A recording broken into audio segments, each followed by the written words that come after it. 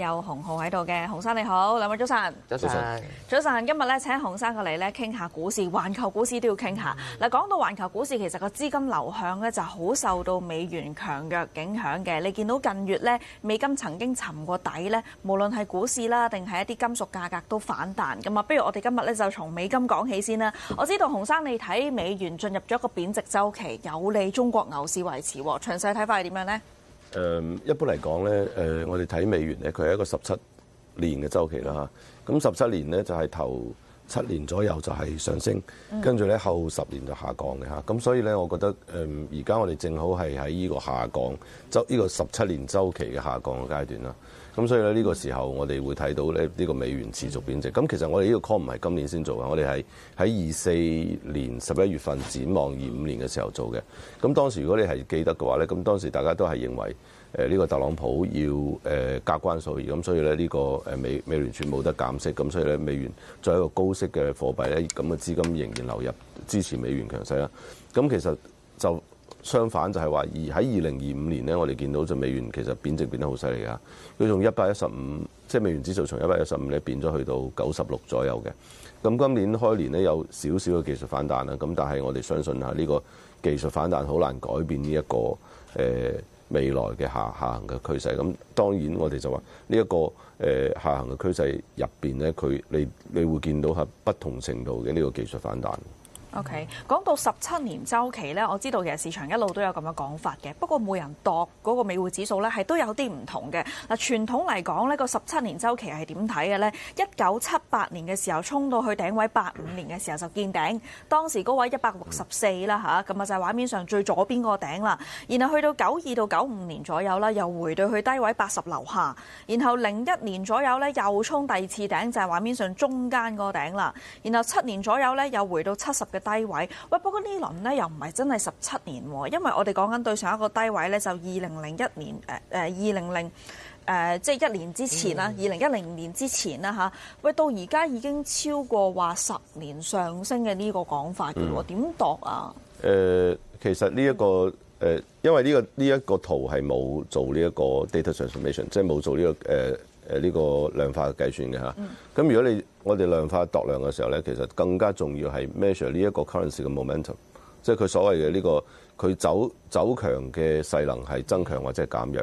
咁嗱，其實你好明顯係睇到咧，就係就算係話我哋呢一輪嘅週期係從呢一個09年開始啦，到而家啦。咁但係你見到咧，佢呢一輪上升嘅呢個勢能係好平緩嘅，同呢個70年代嗰一波同埋90年代嗰一波完全唔一樣嚇。咁所以咧，我哋同時咧，我哋亦都見到就係話呢個喺呢一輪嘅週期入邊咧，我哋見到佢個勢能不斷減弱啦。咁同埋去到24年下半年左右咧，咁其實呢一個美元嘅指數已經係逐漸見頂噶啦。咁同埋咧，如果你睇基本面，唔好淨係睇圖嚇，因為睇圖咧佢可能講俾你聽一啲技術嘅位置啊，佢嘅走勢等。咁但係如果你睇嘅基本面係好明顯嘅嚇。咁之前就係話美國嘅呢一個經常帳戶嘅赤字同埋財政赤字嘅雙赤字啊。咁一般嚟講咧，呢兩個赤字係領先美元嘅走勢，大概係3到5年嘅。咁亦都係即係如果你見到而家美國嘅經常帳戶嘅呢個deficit 啊，呢個赤字喺呢個底部嘅話咧，咁其實未來3到5年你都會見到美元係下降啊。呢個就好容易解釋嘅，因為就係話全個世界對於呢個美元嘅呢個需求係喺度減弱緊嘅。咁而家我哋亦都睇到啦，今年譬如話我哋見到1月份嘅黃金白銀嘅走勢啦，咁我哋見到呢一個新興市場嘅股票走勢，同埋我哋自己人民幣啦。今日我哋人民幣升破咗6.90啦，係啊，再創即係2年半。或者我哋而家見到就係話，我哋今年見到嘅可能係更加多係一個人民幣嘅故事，就唔係個美元嘅故事啊。咁因為畢竟你舊年變咗咁多咧，你好難話今年再咁樣變。咁如果今年再好似舊年咁變咧，咁可能美國會出好大嘅問題嚇。咁但係我哋而家經濟數據係睇唔到嘅。咁所以咧，我哋今年嘅故事應該更加多係 focus on 聚焦喺呢個人民幣嘅強勢上邊嘅。人民幣我哋轉頭又可以再講多啲啦。我想問翻少少，即係頭先講起個17年嘅週期咧？7年升，10年就下降啦。咁我哋而家其實算係踏入咗下降嘅啱啱開始，即係頭一年啦，定係我哋而家去到邊個步驟嚟緊成個指數？其實譬如先睇今年會係點樣嘅狀況咧？我哋相信而家係雙方都喺度糾纏緊啦嚇。咁其實嗱，如果你從01年開始，你做一個美元嘅圖咧，咁其實你會見到佢呢個上升嘅趨勢好明顯。咁而家啱啱就喺個上升趨勢嘅下沿啦，就喺上。咁所以咧有可能係有技術反彈嘅。咁同埋咧，我哋見到就係話琴日嘅美國嘅就業數據咧係大幅超預期啦。咁所以咧，其實大家對於美聯儲呢個降息嘅預期咧係減弱咗㗎嚇。咁所以如果係美聯儲 hold 住個息嘅話咧，咁其實對於美元咧都係有支持作用嘅。不過大方向你都係睇個美金，就算都係反彈啦，而係長遠嘅趨勢其實都係向下。而家開始個週期，你睇跌幾多咧？同埋會跌幾耐咧？係咪真係好似之前啲週期咁樣可能係一個10年嘅下跌咧？我哋因為佢已經開始下跌啦嚇。咁未來5年我哋預計去到8以下啦，即係7字頭啦，係。即係起碼仲有5年。而家96點幾喎嚇？唔係啊，但係5年之後你會唔記得咗我講乜？咁所以我哋 focus 上今年啦，我哋今年就係呢個人民幣升值嘅呢個大嘅故仔啦。尋日頭先講起話，尋日咧美國嗰個非農就業數據其實個增長預期比市場要多啦。咁啊，似乎即係見到短暫見到股市都有少少反彈啦。個美匯指數其實都向上翻上去，但係始終又係落翻去96嗰個水平。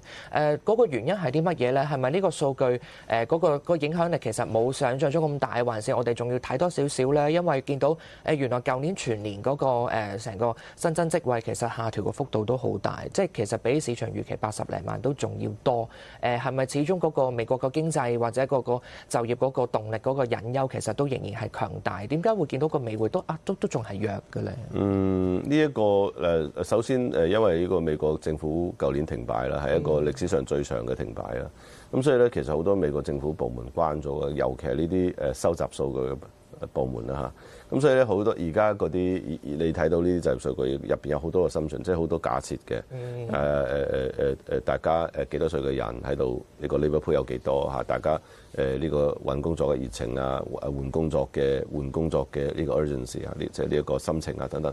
咁其實有好多假設㗎嚇。咁所以你而家睇到呢一個數據，雖然係大幅超預期，咁因為佢咁大嘅幅度超預期，同埋我哋並不有見到美國嘅經濟。其他嘅方面就其實冇咁強㗎嚇，咁所以佢好難交叉驗證呢一個數據啦。咁同埋咧就係話由於呢一個今年呢個移民嘅減弱，即係呢個移民嘅 labour pool，即係呢個勞動力嘅減弱，供需嘅減弱啦。咁所以咧其實今年我哋見到就係話，其實大家係冇咁願意去辭職，或者係即係大家認為工作呢個民意調查顯示，即係認為工作難揾嘅程度喺度上升緊㗎。冇咁容易被辭職，但係會唔會被辭職啊？因為 AI 即係見到科技企業都做緊，咁佢哋會唔會被辭職？咁嗰個就業個市場會係點？我相信今年大家會見到呢一個 AI 對於就業市場衝擊㗎啦。就係話啦，譬如話你其實見到有好多呢一個自動駕駛啦嚇，咁其實有好多 Uber 嘅 driver 可能會失業㗎啦。咁就有呢個譬如話呢個 visual 嘅 production 啊，即係呢個視頻嘅製作。咁我哋呢2日見到我哋中國嘅 C-Dance 咧係席捲咗全球互聯網，真係好犀利嚇。咁所以你可以想象下就係即係以前有好多嘅呢啲類似呢啲咁嘅工作，尤其係呢啲 laborious 嘅呢啲需要呢個勞動時間好長，同埋重複呢啲工作咧，其實好可能好快就會消失㗎啦。咁今年咧，其實我哋見到就係話AI 係原生佢存在喺一個電腦入邊㗎，佢存在喺電腦入邊咧。咁我哋同呢個 AI 作嘅呢一個 interaction 呢個互動咧，就係其實係用文字嘅形式嚟表現嘅。咁其實我哋今年會見到 AI 係向前邁一大步啦，就去到 physical AI 嚇，呢個物理係喺物理世界去改變我哋嘅生活啦。譬如話有人幫你開車啊。有機械人幫你做家務等等。OK， 咁啊，無論美國債務高企定個貨幣政策呢啲因素似乎都指向可能嚟緊個美金要轉弱啊。喂，咁但係咁樣嘅大前提底下，無論係中國股啦定幣，會唔會都有個反彈嘅空間呢？翻嚟繼續傾啊！上一節講到個美金洪生睇轉弱啦嚇，咁其實其他嘅資產會唔會都可以借機反彈呢？例如我哋個人民幣啊，今朝早咧人民幣匯價升到去超過2年嘅高位，另外人民幣咧一度升穿過6.9呢啲水水平啊嚇。咁啊，洪生你睇係咪都會繼續反彈啊？不過如果彈到咁上下，又會唔會惹嚟監管出手，未必想佢彈得太犀利啦？我哋而家睇住6.8樓下先啦嚇。咁我哋呢個亦都係喺我哋25年11月份，我哋展望今年嚇，我哋做一個比較大嘅判斷啦。咁呢個主要都係因為咧，喺過去幾年咧，我哋見到呢個人民幣嘅實際匯率啊，其實佢喺度不斷貶值。咁同埋咧，佢同呢個名義匯率嘅呢個脫離嘅呢個程度係越嚟越大嘅。咁造成咧，如果你而家睇翻人民幣個 fair value，即係人民幣呢個公允價值啦嚇，咁其實係實際匯率係平過公允價值大概35%甚至更加多嚇。咁所以你諗下呢一個咁大嘅呢個低估嘅呢一個程度嚇，你要扭轉翻嘅，咁其實亦都需要一啲時日啦。咁今年從舊年11月到而家咧，其實我哋見到人民幣從7.2左右咧，而家去到6.9樓下㗎嚇。咁其實我哋繼續會睇住呢個人民幣繼續升值嚇。呢個主要都係因為咧，就算係你去到6.8樓下，都係嚴重低估嘅。6.8即係可能個潛在升幅都仲有係咪大約3%度咧？但係頭先寶善都關注就係你係咁升嘅話，其實你可能都不利出口啊，或者係監管當局係咪而家你覺得其實係容許佢去升值咧？其實個背後而家升值個邏輯係睇緊啲乜嘢咧？㗎係美元弱啊，所以我哋數面上要去升啊，定係還是係舊年好似都聽講話好多貿易嘅企業其實見到美元會弱嘅時候，就做好多結匯嘅動作啦，即係將佢哋手頭上揸住嘅一啲外匯唱翻做人民幣，呢個可能都帶動咗個人民幣個升值嘅。但係又望住個股市又好似同我哋關係唔係好大咁樣喎。咁究竟呢一排其實人民幣個升值背後推動嘅因素係啲咩咧？我覺得嗱，首先點解會升值啦嚇？咁其實我覺得我覺得不僅僅係美國啦。咁其實我哋其實而家最大嘅兩個貿易夥伴咧係呢個歐盟同埋東盟啦。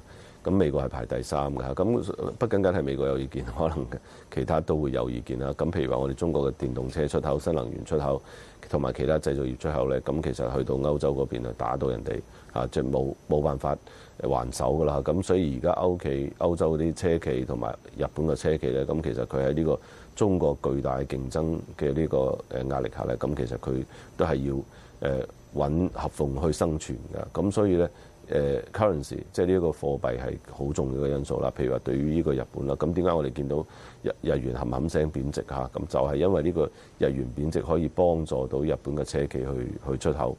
咁當然即係我哋升值咧，亦都係一個我哋需要一個有秩序嘅升值，而唔係話冚冚聲係一年去到升35%到位。咁其實如果咁樣升值嘅話咧，咁其實對於呢個市場嘅干擾會非常大嘅嚇。咁我相信嘅係一個 manage 嘅appreciation 嚇，即係呢個受控制嘅呢個人民幣嘅升值。我可唔可以理解為咧，即係透過嗰個匯率嘅升值，其實緩和一下同貿易夥伴之間嘅一啲緊張關係，可唔可以咁樣理解？呢個係一個目的之一，即係我哋可以達到嘅目的之一啦。咁其實我再舉個例子啦。其實我哋大家都知道有一個 one price 一個一價定律嚇，即係如果同一樣嘢喺不同嘅市場，佢係賣應該係賣到同一個價格。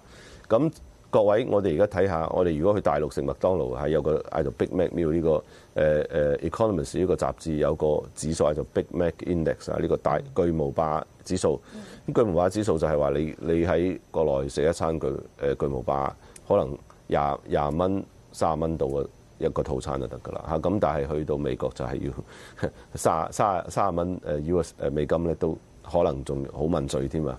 咁所以你從呢一個角度嚟睇咧，其實你係可以睇到呢個人民幣嚴重咁樣被低估，或者我哋而家見到就係國內嘅所有嘅呢啲進口嘅呢啲物品咧，甚至係我哋國內自己嘅物品咧，咁其實佢個定價都好低嘅嚇，即係遠遠平於你喺外邊買同樣嘅東西嚇。咁所以而家大家都去晒大陸買嘢㗎，咁所以呢啲都好説明就係話，即係人民幣係被嚴重低估㗎嚇。咁所以呢個人民幣不斷升值，日元不斷貶值咧，咁其實大家呢個感覺會越來越明顯嘅。OK，咁啊，如果人民幣後市都係傾向升值底下咧，人民幣即係資產就上升啦。咁啊，會唔會其實都利好中國股市，包括我哋港股咧？呢個係咪你睇升港股其中一個因素咧？我哋相信人民幣匯率嘅升值係今年推動中國資產價值重估嘅一個好重要嘅因素啦。咁嗱，就算你乜嘢都唔做啦嚇，咁你淨係人民幣升值，你都可以獲得嚇起碼10% plus 嘅一個收益啦嚇。咁所以我覺得係對於我哋中國資產嘅重估係非常重要嘅一個因素嚟嘅。咁同埋咧，我哋見到啦，其實嗱從舊年11月份到而家，咁其實大陸嘅 A 股係跑贏港股㗎嚇。咁當然我哋港股亦都不弱嚇，我哋而家去到27,000幾樓上啦。咁但係咧，我哋見到大陸嘅股票個走勢啊，上證去到4,100啊，等等等等。咁其實呢啲都係強於我哋港股嘅。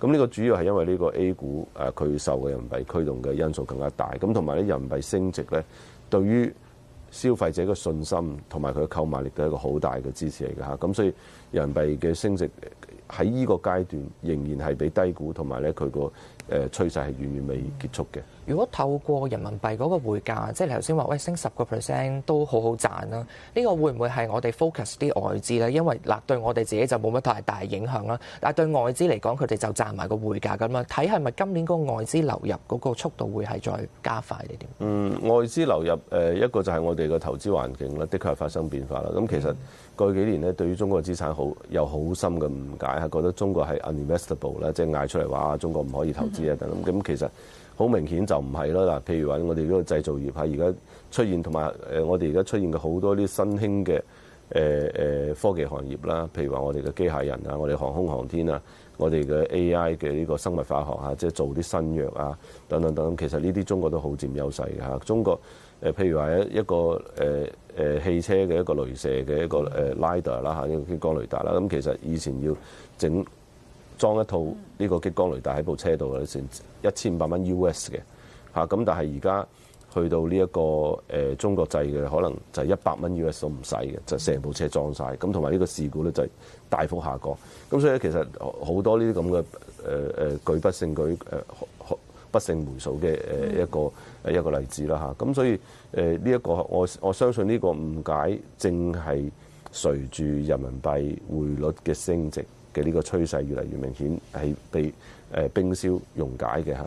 咁呢個因為呢個人民幣升值對於外國投資者佢嘅受益係最明顯㗎。你乜都唔做就升值10%啦嚇。咁然後咧又嚟一睇，哇！呢啲又咁平，跟住咧啲科技啊呢啲啊，譬如話你去買 OpenAI 嚇成萬億嘅8000億1萬億嘅市值啦。咁其實你嚟中國買下我哋阿里巴巴啊，我哋呢啲騰訊啊呢啲，咁其實呢啲 AI 嘅巨頭，我哋做出嚟嘅大語言模型，譬如我哋啱講嘅 CDance 勁過啲外國嗰啲大語言模型好多嚇。咁所以我覺得舉不勝窮舉啦。咁所以外資對於中國嘅誤解呢個係會慢慢咁樣冰消去溶解㗎啦。不過我哋港股咧，周不時都認為俾人個感覺就係政策市啊嘛，即係你見到之前內地有傳話喺金融服務同埋一啲遊戲行業可能加稅咧，又令到近期科技股好似枕住有個陰霾喺度咁樣啦。同埋大家又諗緊兩會會唔會有政策出現呢？如果真係冇一啲刺激政策，會唔會又令到市場失望？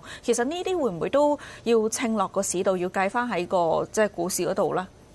嗱，首先呢個稅收亦都係一個誤解啦嚇。咁我見到有傳言就話咩遊戲稅要去到30幾個%啦。咁其實從6%去30幾%。咁其實我覺得呢個嚴重誤解，因為6%講緊係增值稅，30幾個%講緊係消費稅，兩個完全唔同嘅稅種嚇，咁係混為一談啦。咁所以我覺得呢啲市場嘅小作文佢寫作嘅水平啊有待提高啦嚇。咁同埋咧，我覺得至於政策咧，我哋港股係所謂政策市啦。咁其實亦都我覺得亦都不難理解。我覺得所有嘅市場都係政策市，包括美股嚇。咁啊，特朗普講兩句咁啊，跟住咁啊，美國喺度升啦嚇。咁其實真正市場而家嘅笑話就係真正嘅高手唔係睇呢個技術圖形，係自己畫技術圖形畫出嚟啊！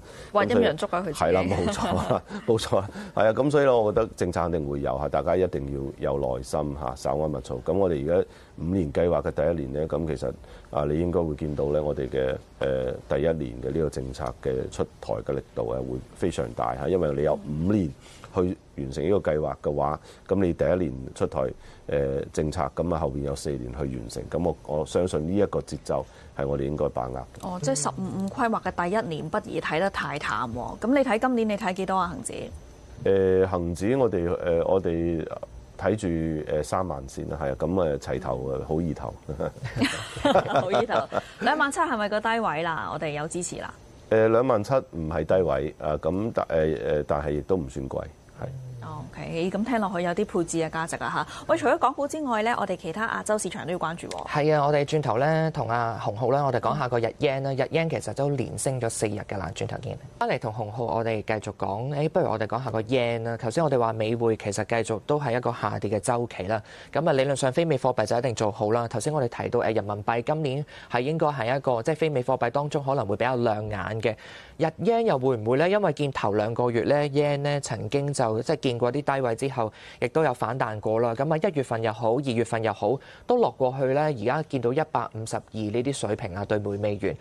如果你話今年年內咧就升值咧2%啦。不如先講下短期嘅原因啦。何解為短期有咁強咧？因為1月份大家就市場就睇係咪美國政府、日本政府要聯手要去托個 yen。咁呢個應該可能係傳言啦。不過都托咗個 yen 落過去上過去152。呢幾日咧，即係自從高市早苗即係自民黨嗰個國會大勝之後咧，又上翻咯喎。嗰個原因點解會係不跌反升咧？呢個都係因為對於呢個早苗嘅政策非常期待非常高啦。咁早苗政策好明顯就係有利於呢個日本經濟嘅。咁所以咧用呢個赤字財政同埋呢個減呢個稅收咧去谷呢個日本嘅經濟啦。咁同埋全面咁樣去推動呢個經濟發展啦，咁同埋由於呢個早苗嘅勝出咧，係一個歷史性嘅勝出，喺絕大多數壓倒性嘅勝出，喺呢個日本競選歷史上從來都未有遇到過㗎。咁所以咧，市場對佢期望好高，咁同埋對佢嘅政策能夠實際執行嘅呢一個亦都非常高。咁其實咧，你如果用政策去谷呢個經濟咧，咁其實最好嘅例子就係呢個美國。我哋見到美國咧，用呢個無限寬鬆嘅呢個貨幣政策，同埋極度擴張嘅呢個財政政策咧，去維持個美國經濟高速增長嚇。咁我相信日本可能亦都會走呢條路。咁嗱所以咧一般嚟講咧，即係如果對於經濟嘅預期高嘅話咧，咁對於一個國家嘅呢個貨幣啊，咁佢嘅信心就會更加足嚇。所以短暫嚟講，佢都應該會造成我哋而家見到嘅所謂技術反彈啦。咁同埋我哋見到咧喺特朗普上台嘅時候咧，咁其實大家都喺度嗌強美元嘅。咁但係咧特朗普上台到而家，其實美元係走弱冇走強嘅。雖然佢嘅政策非常強勁啦嚇，呢個無論係貨幣或者係呢個財政咧，都係喺度谷呢個經濟發展啦。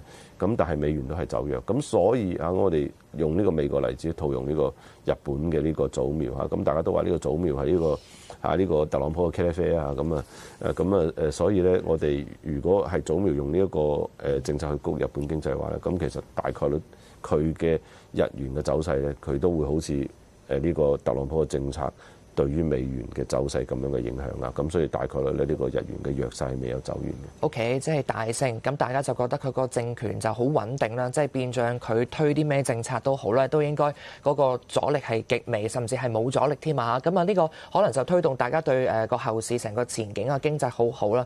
咁啊話翻轉頭啦，你始終都學你話齋，你其實都係要繼續印錢嘅，做 QE 嘅時候，呢一波嘅反彈去到邊啲位，可能應該都停一停，有機會有彈翻。即係你話日元日 yen 嘅呢個反彈，可能去到邊個位停？睇住150樓下先啦嚇。咁其實呢個完全有可能嘅嚇。咁但係呢個短期嘅呢個技術因素咧，同埋呢長期咧，咁其實佢亦都唔矛盾嘅嚇。咁所以大家亦都睇到呢個最確定嘅趨勢就係嗱，首先就係呢一個大幅嘅財政嘅刺激啦、減稅啦，同埋一個不斷寬鬆嘅呢個日本央行政策啦。嗱，咁我哋啱啱上一節喺度講，我哋就話呢個人民幣嘅升值嘅趨勢好明顯啦。咁其實如果你睇下今日嘅日本嘅長端嘅利率嚇，譬如話10年到30年啦，咁其實佢係由於個貨幣政策嚇咁嘅影響咧，所以佢遠遠俾壓抑㗎嚇。咁其實佢可能呢個收益率會大幅走強，亦都話即係日本政府付呢個利息嘅負擔會越嚟越增加，會越嚟越多嘅。咁所以咧佢嘅財政赤字你可想而知啊。咁同埋呢個日債，大家對於日債嘅呢個擔憂亦都會越嚟越嚴重。咁所以呢個匯率嘅貶值反映嘅就係呢個貨幣嘅購買力喺度減弱嚇。尤其係佢嘅貨幣嘅國際購買力喺度減弱嘅。OK， 即係先望住財政政策先啦。即係呢個始終你都繼續係要買，即係可能推好多債務啊，咁啊嗰個經濟嘅時候，始終個債息向上，呢個都大家會再次擔憂翻嗰個財政嘅問題，可能有機會令到個日元又再次弱翻啦。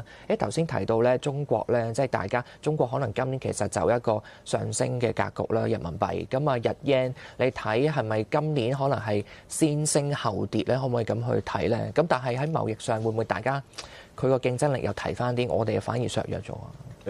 我覺得匯率係一個因素啦，即係你喺出口嘅時候嚇，咁你整個國家製造業嘅成本同埋優勢，佢呢個係更加重要嘅因素。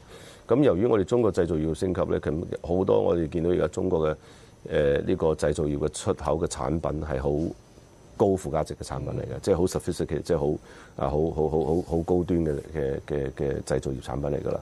咁所以咧，佢同埋日本嘅出口其實佢嘅直接競爭嘅關係。